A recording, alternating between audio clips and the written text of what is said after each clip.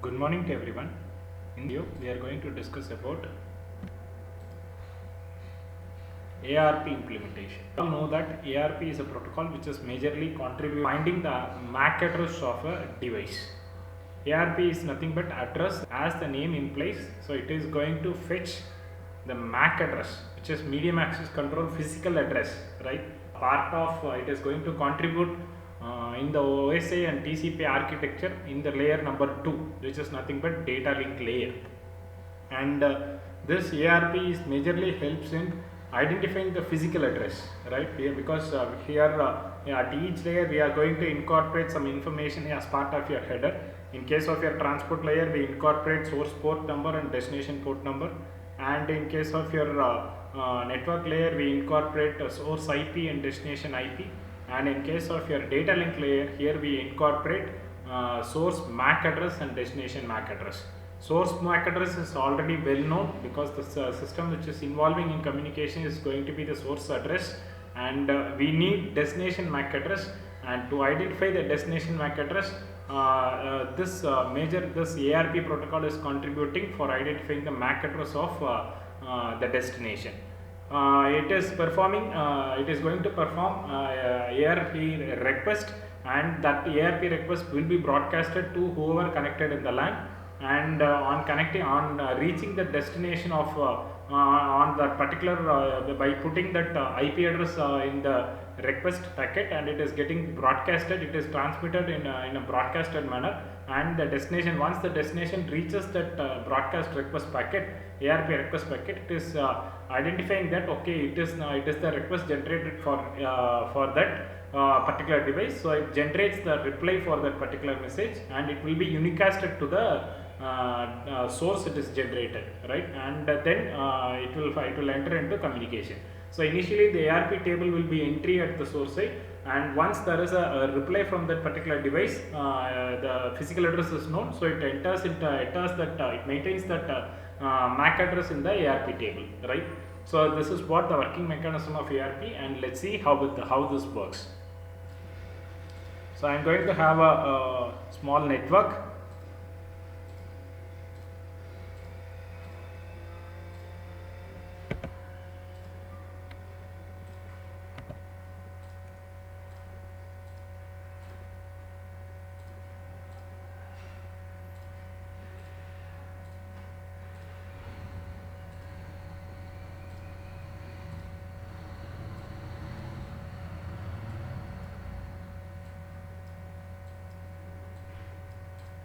Okay, I am going to have a switch, and let's define the connection for each of the device. And it's well known that the thunder symbol can be used for automatically taking the connection that is required between two selected devices.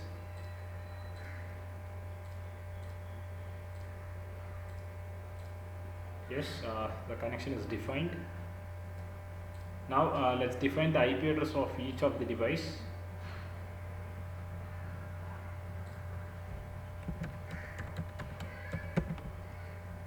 Let's have it on 10 private network, 2, 3, 4, 5, 6, 7, 8. So this is the IP for these devices. Let's configure the IP for individual system. Here no need to define your default gateway and DNS server, so it's not necessary for this simulation.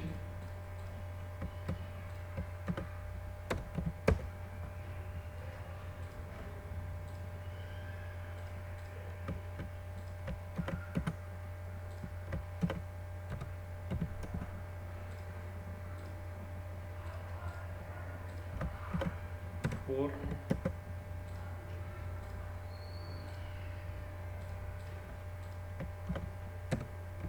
5,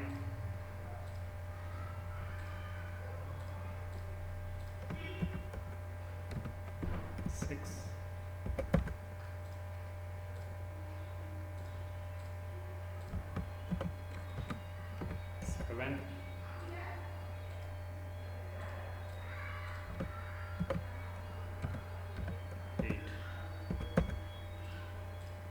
So now IP address has been defined, and let's start trying for. Initially there is a command called ARP -a. This will show the entries, what are the current ARP table available in your system, which is nothing but maintaining the MAC address of devices so far you have communicated, and so far there is no communication involved, so that's why no ARP entry is found. So let's you need to perform some communications to fetch the MAC address of the neighboring devices. So let's go for simulation, and just select only specific protocols that you are in need. One is ARP, another one is ICMP, right? Because I'm going to perform ping command, and this involves these two communication. So let's go and ping any device. Let's take 10.0.0.6, right, from this device to this device, right, from this device to this device.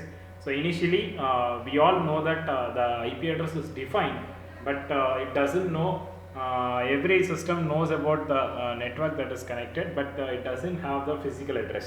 So the physical address has to be identified first. So when you enter, so two packets will be generated here. One is this is an ICMP packet which is used for testing of liveliness of a connection of using a ping command, and this is nothing but an ARP packet. Initially this ARP packet is going to be transmitted, and it fetches the initially look at, so first in ARP packet is getting transmitted to the switch. Look at this is an ARP packet, right? So right now it is in switch, and here it is broadcasted. Please understand the working mechanism of ARP. Look at except the destination. Here this is nothing but 10 point. This ARP packet is generated with this. If you open this packet, so you can able to see that. So if you go for inbound details, so ARP, look at source MAC address is this one, which is nothing but the MAC address of the 10.0.0.1, and source IP is 10.0.0.1, and target MAC is 0000. Still now we don't have the target MAC, that is why it is kept as 0, and target IP is 10.0.0.6. So this packet is generated specifically for this device, since it is involving in broadcast. So because we don't know who is nothing but 10.0.0.6, so switch performs broadcasting to whoever connected in the LAN, and rest of the devices which is not 10.0.0.6 will drop that packet, and the packet which is generated for 0.6 will accept that packet, right? So that's why all these systems are dropping this packet, and except this device it is accepting, right? So target IP, right? So right now we don't have that. This is a request packet, right? That's why we are seeing that inbound details. So target MAC is 0000, and target IP is so once it receives that ARP request, so this will generate an ARP reply, right? Look at, this is an ARP packet, and if you open it, so if you go for inbound details, look at, so source MAC is which is nothing but the MAC of this device, and source IP is 10.0.0.6, and target MAC is this one, and target IP. So here this MAC is included, right? The device, the MAC address of this device, which is nothing but 0001 and 42C1 and BC5D, right? And source MAC is, this is nothing but the source MAC, because it is a ARP reply message, right? So in case of your ARP reply message, it is including the MAC address, right? Because we are the ultimate aim of the ARP is nothing but we need the MAC address of the particular device, right? We know the IP, but we need the MAC address,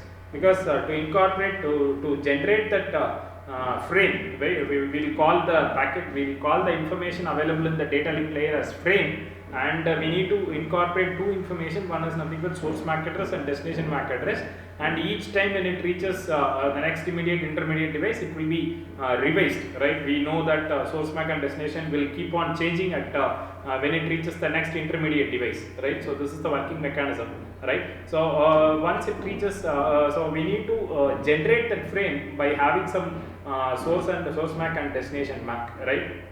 So we need the MAC address of this device. That's why this ARP packet has been generated. Once we got the ARP message for, once we got the source MAC and destination MAC at source side, so it will generate the frame and it will be forwarded to the intermediate device. So two hops it has to cross. One is from here to here and second is from here to here, right? So two hops, and once it reaches here, so then once all this MAC address process completed, so it will start using this ICMP packet for checking of liveliness of the connection. Since the request made as a ping command, so it performs three message communication through ICMP message, right?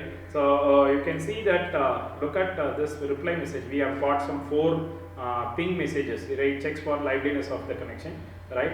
And if you again check for this ARP table, right, as I already said, so we'll clear the list